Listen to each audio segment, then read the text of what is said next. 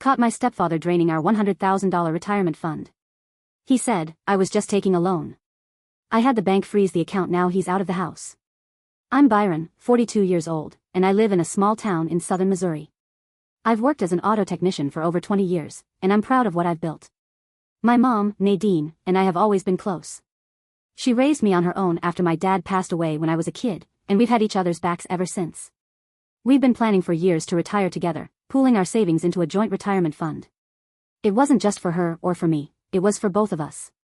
We dreamed of an early retirement, maybe even buying a little place near Lake Tenecamo where we could fish, relax, and enjoy life without stress. But then he came along. Arvin. That name still makes my skin crawl. He met my mom at a local barbecue fundraiser 2 years ago. I wasn't there, but she told me about him the next day, practically glowing. He's so charming, she said, and he's got such a great sense of humor. I wanted to be happy for her, I really did. She'd been single for years, and she deserved someone who'd treat her right. So when she introduced me to him a couple of weeks later, I did my best to give him a chance. Arvin was older than her, maybe by about 10 years, with a big personality that filled the room. He was the kind of guy who made sure you knew he was there. He talked a mile a minute about his work in real estate, his supposed big deals, and his plans to retire early and travel the world. At first, I thought, hey, maybe he's the real deal.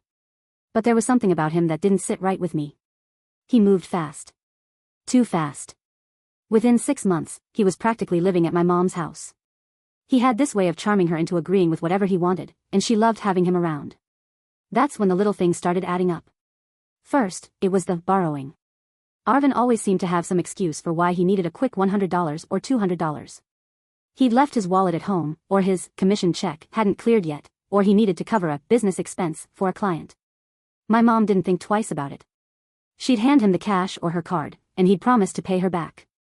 But I never saw him repay a cent. Next, it was the bills. Arvin always managed to forget his wallet when they went out to eat. He'd tell my mom, "You've got this one, babe," and she'd laugh it off like it was no big deal.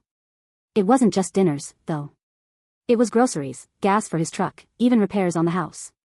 My mom was footing the bill for everything, and Arvin just kept piling it on. Every time I tried to bring it up, my mom brushed me off. "Byron, he's just going through a rough patch. You need to give him a chance." But then came the day everything unraveled. It started on a random Wednesday. I'd stopped by my mom's place to drop off some car parts I'd ordered for her. She wasn't home, but Arvin was there, sitting on the couch with his laptop open. He looked startled when I walked in, almost like he'd been caught doing something he shouldn't. "Byron. What's up, buddy?" he said, slamming the laptop shut so quickly I thought he might break it. I shrugged it off, handed him the box, and left. But something about his reaction stuck with me. Why was he so jumpy? That night, I couldn't shake the feeling. My mom and I had set up our retirement fund as a joint account years ago, and I hadn't checked it in a while. She was the one who managed it, and I trusted her completely. But something told me I needed to take a look. When I logged in, my stomach dropped. The account, which should have had over $105,000 in it, was almost empty. I stared at the screen, my heart pounding. The balance read $4,300. What the hell? I whispered to myself as I scrolled through the transactions. It didn't take long to figure out what had happened. Over the past 6 months, there had been multiple large withdrawals, $5,000, $10,000, even $20,000 at a time, all transferred to an account I didn't recognize. The latest transaction, for $2,500, had gone through that morning. I felt sick. My hands were shaking as I tried to process what I was seeing. This wasn't my mom. She'd never make withdrawals like that without telling me. It had to be Arvin. I barely slept that night. The next morning, I drove straight to my mom's house. I wasn't even sure what I was going to say, but I knew I couldn't keep quiet. When I got there, my mom was sitting at the kitchen table, sipping her coffee. She smiled when she saw me. "Morning, Byron. What's up?" I didn't waste any time. I pulled out the printed bank statements I'd brought with me and set them on the table in front of her. "What's this?" she asked, frowning as she picked them up. "Look at the transactions," I said. "Do you recognize any of this?" She scanned the papers, her face going pale. "No. I don't." "Wait." Her eyes stopped on one of the transactions.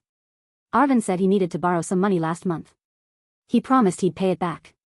I didn't think it was that much. "Mom, it's not just last month. Look at the dates. Look at the amounts." My voice was shaking, but I tried to stay calm. Her hands trembled as she flipped through the pages. He told me it was just a loan. He said he'd pay it back when his deal's closed. Mom, he's been draining the account for months. He's taken over $100,000. She stared at me, her eyes wide with shock. No. He wouldn't. He said. He lied, Mom. He's been lying to you this whole time. That was the moment it hit her. She dropped the papers and buried her face in her hands. I'll stop here for now because this story is far from over. But if you've ever been in a situation where someone you trusted betrayed you, you'll know how hard it is to stay calm and figure out what to do next. There's a lot more to this, and I'm still dealing with the fallout. I'll update soon. I sat with my mom as she cried, feeling angry and helpless. This was someone she trusted, someone who claimed to love her, and he'd taken advantage of her in the worst way possible. I wanted to fix everything, but first, I needed to make sure we stopped him from doing more damage. Mom, I said gently, I need you to trust me now. We're going to stop this. She nodded, wiping her eyes. What do we do? I wasted no time. I called the bank that morning, explained the situation, and requested a freeze on the account. They were cautious at first, asking a lot of questions, but when I provided the details, they agreed to put a hold on all withdrawals. I also flagged the suspicious transactions as unauthorized and asked them to start an investigation. The bank representative told me we might be able to recover some of the money, but it wasn't guaranteed. That wasn't enough for me. I wanted Arvin to face consequences, not just for stealing, but for the way he'd hurt my mom. Arvin came home that evening, acting like nothing had happened. My mom and I were waiting for him in the living room. She looked tired, like the weight of the world was on her shoulders, but she was ready. Hey, babe, he said, smiling like the slimy jerk he was. What's for dinner? Sit down, Arvin, I said, standing between him and my mom. He froze for a second, then laughed nervously. What's this about? I threw the bank statements onto the coffee table. This. Care to explain why you've been draining our retirement account? His face went from confusion to panic in an instant. I don't know what you're talking about. Don't lie to me, I snapped. We've got the statements. Every withdrawal is right here. This is your account. He stammered, trying to come up with an excuse. It's not stealing. I was just borrowing. I told Nadine I'd pay it back when my deal's closed. Stop lying. My voice was loud enough to make him flinch. You've been stealing from us for months, and now the account is frozen. The bank's investigating, and I'm not letting you take another dime. You can't do that, he shouted, his fake charm slipping. That's our money. I'm part of this family. No, you're not, my mom said quietly, her voice shaking but firm. You lied to me, Arvin. You betrayed me. I want you out of this house tonight. He turned to her, trying to put on his pathetic, apologetic act. Nadine, come on. You know I love you. I just needed a little help. I didn't mean to hurt you. But she wasn't buying it anymore. I said, get out. Escalation. Arvin refused to leave. He started shouting about how unfair we were being, claiming he had a right to the money because he was part of the family. That's when I told him I was calling the cops. You wouldn't dare, he sneered, trying to act tough. Watch me. I pulled out my phone and started dialing. That got him moving. He stormed out of the house, yelling about how we'd regret this, but I didn't care. I locked the door behind him and told my mom to sit down. She looked shaken but relieved. The next few weeks were a whirlwind. The bank completed their investigation and refunded about $40,000 to the account, citing unauthorized access. It wasn't the full amount, but it was something.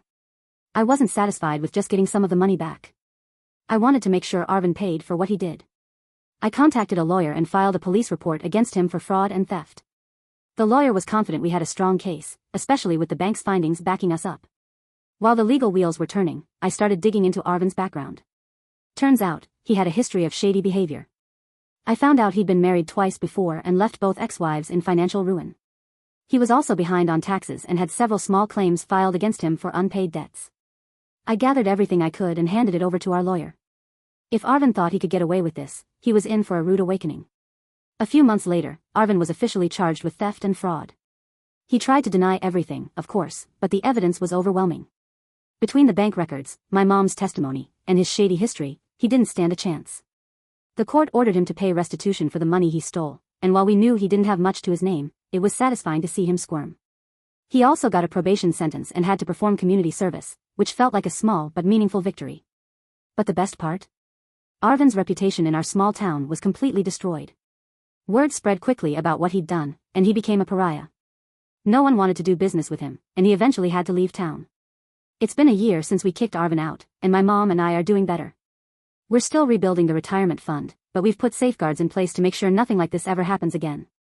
My mom's still healing from the betrayal, but she's stronger now. She's learned to trust her instincts, and we've grown even closer through all of this. As for me, I'll never stop protecting my family. If there's one thing I've learned from this whole mess, it's that you can't let people like Arvin walk all over you. Sometimes, you have to fight back, and when you do, it feels damn good.